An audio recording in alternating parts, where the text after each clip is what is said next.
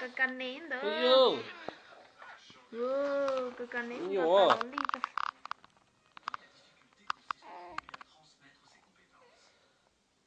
Ủa?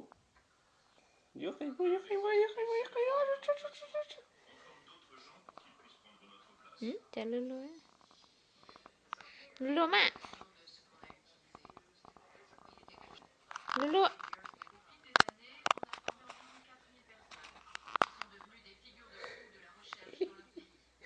Thầy không có sơ chứ. À.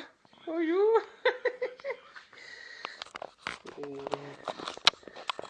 Thế thôi cho.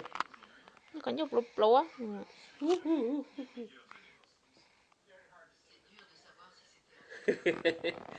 Thay tê.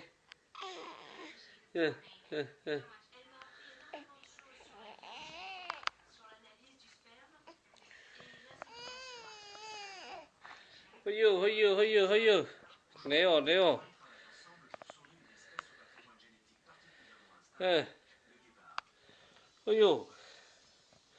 Ôi dồi, anh tung rồi, hơi you.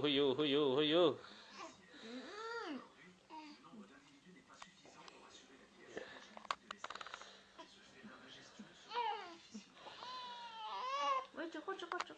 Sao có chuyện vậy? Lấy lời sao? Nè, nằm cái chuyện đó thì chơi đâu nữa. Con nhẹ này.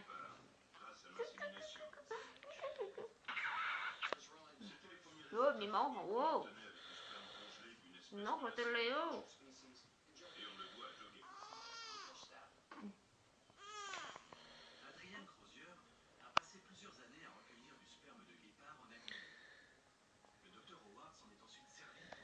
Pu.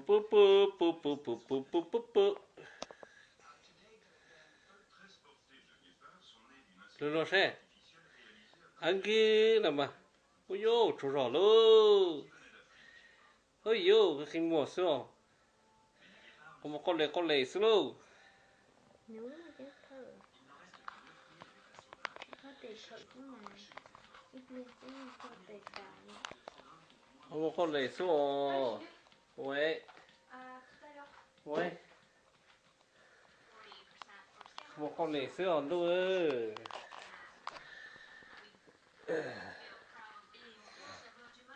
Bye nè. Ủa sao tệ nó đông mà? Rồi tên là tha sữa hò. Yo. Sẽ tệ mà đỡ không có chụp lại đó. Đó mà xài. Rồi tha mà. Nó sữa hò. Đâu tu papi chọn gai. Tu papi chọn lắm.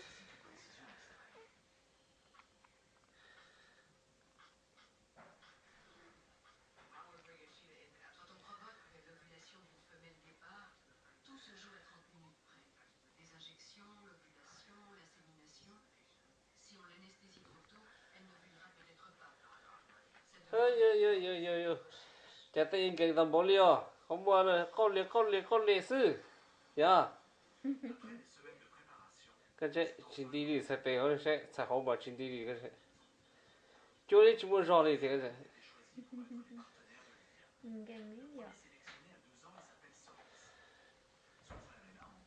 Sẽ nó chính đi.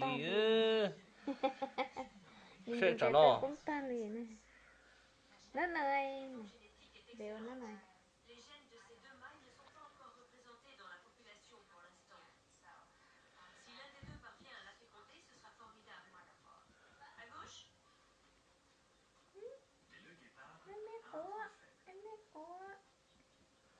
Sẽ nó tới xí chỗ rõ đó hả.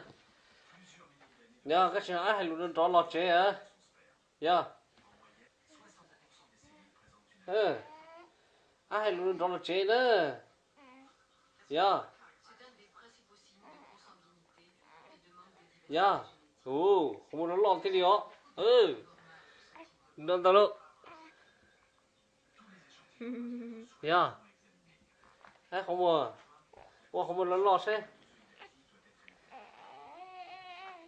Hai luôn. Hành cư là xe. Ý nhột lý sư là hành cư là xe.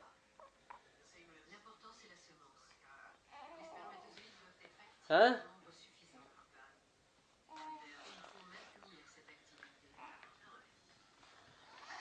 ôi yo yo yo yo yo qua luôn nó tên chú ở sợ chú ở liệt tà li ở tu yo yo pli Bảo quá chi?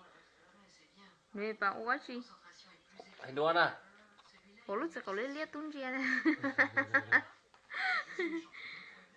Lúc sẽ có lấy liệt này sao? Bây giờ đâu có sẽ có lấy liệt. ôi yo ôi yo